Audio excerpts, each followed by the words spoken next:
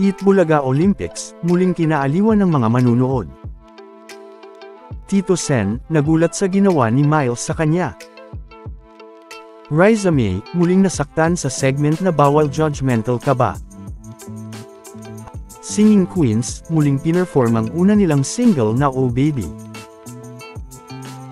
Ngayong Sabado nga November 2, 2024, ay isang panibagong masayang Sabado na naman ang napanood sa Itbulaga, na kung saan ay muling kinanta ng mga Singing Queens ang una nilang single na Oh Baby, na talaga namang nakaka-LSS at mapapasabay ka sa sayaw ng mga Singing Queens. Gaya ng mga studio audience na sumabay sa kantahan at sayawan. At syempre maging ang mga dub ads sa studio.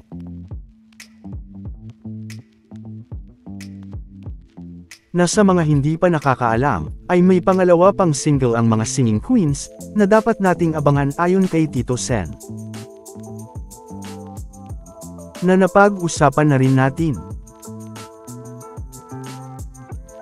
Sa segment naman na Sugod Bahay Mga Kapatid, ay unang inanunsyo ni Tito Sen, ang mga import ng parehong team na Yellow Team at Red Team, na mga hindi nga basta-basta, dahil mga kilalang volleyball player ang kani-kanilang import. Ito nga, ay dahil wala ang parehong member ng Yellow Team at Red Team, na sina Mayor Jose Manalo, at The Barkads Main Mendoza, kaya naman ay mga bigating import din, ang mga naging import nila dito. Tawang-tawa pa nga dito si Miles at ang iba pang mga The Barkads host, sa segment pa rin na Sugod Bahay Mga Kapatid, matapos na patabihin ni Miles si Tito Sen, dahil nakafocus na ang kamera sa kanila. Ito nga, ay dahil kinakausap sila ni Tito Sen, pero, nang makita nga ni Miles na nakafocus na sa kanila ang kamera, ay ito na nga ang sumunod na ginawa ni Miles.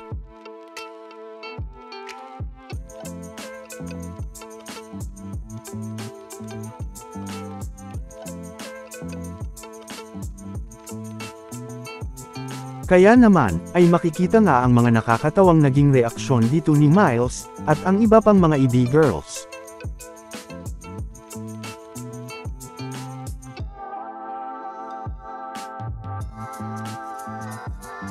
Na talaga namang nagulat, at tawang-tawa sa ginawa ni Miles. Lalo na nga si Tito Sen, na natawa na lang din kay Miles.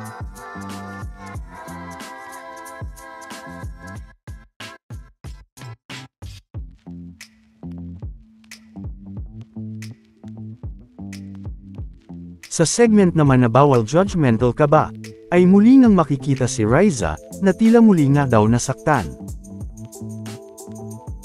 Na nag-umpisa nga, pagkatapos ng kasiyahan at kilig dahil kay Luke na isa sa mga choices, na literal pang ang umangat si Riza sa tulong ng mga The Barkads na sina Miles at Paulo, dahil sa kanta ni Luke na You Raise Me Up. May sumunod pa nga itong kanta, kaya naman ay tila may po-party naman sa studio, habang sumasayaw naman ang mga The Barkads sa kanta nito.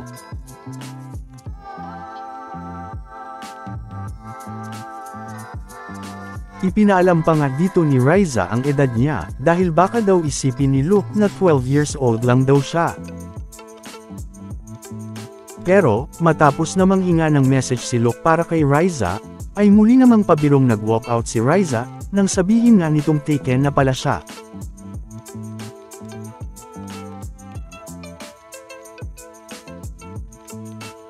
Na kung saan ay sumama pa nga dito si Paulo, sa pag-walkout ni Riza.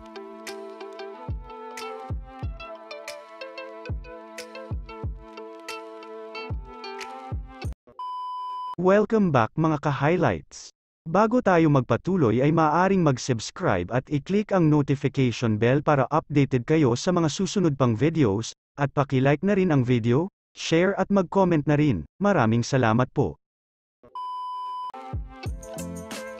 Gaya nga ng matatandaang nangyari noon sa segment din na Bawal Judgmental Ka Ba, na kung saan ay kilig na kilig nga si Riza, habang itinuturo ang kapatid ng isa sa mga choices na nasa picture noon, pero, bigla na nga lang nawala ang ngiti dito ni Riza, nang malamang taken na rin pala ito.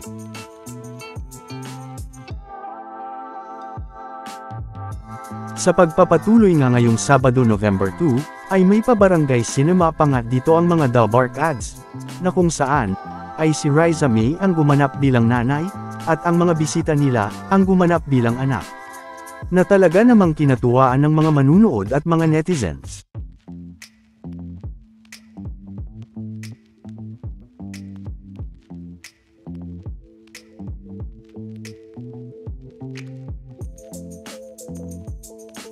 Sa Itbulaga Olympics naman, ay kasama na nga nila ang kani-kanilang mga bigating import, na sina Fifi Sharma at Ea Laure. Na kung saan, ay gaya ng mga naunang game, para maiwasan na ang sakitan, ay Spell It ang muling naging game dito, na pinaglabanan ng Yellow Team at Red Team.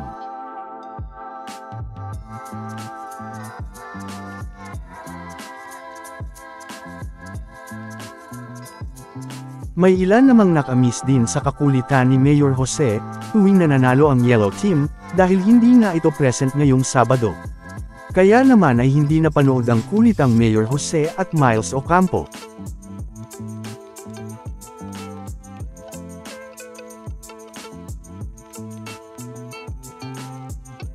Na kung saan, ay kahit nagtay ang Yellow Team at Red Team ngayong Sabado, ay nanalo naman ang Red Team sa tiebreaker round.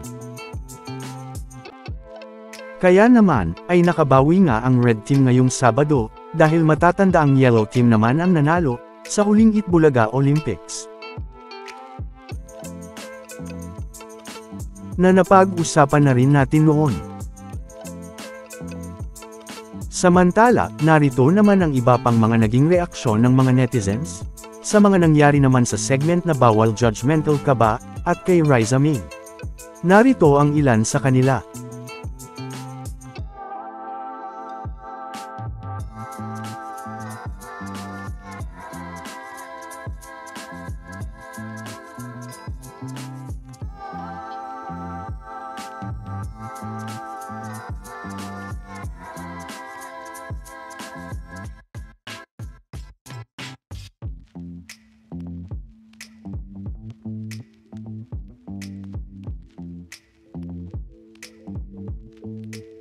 Samantala, ano naman ang mga masasabi nyo, patungkol sa mga napag-usapan natin, sa video na ito?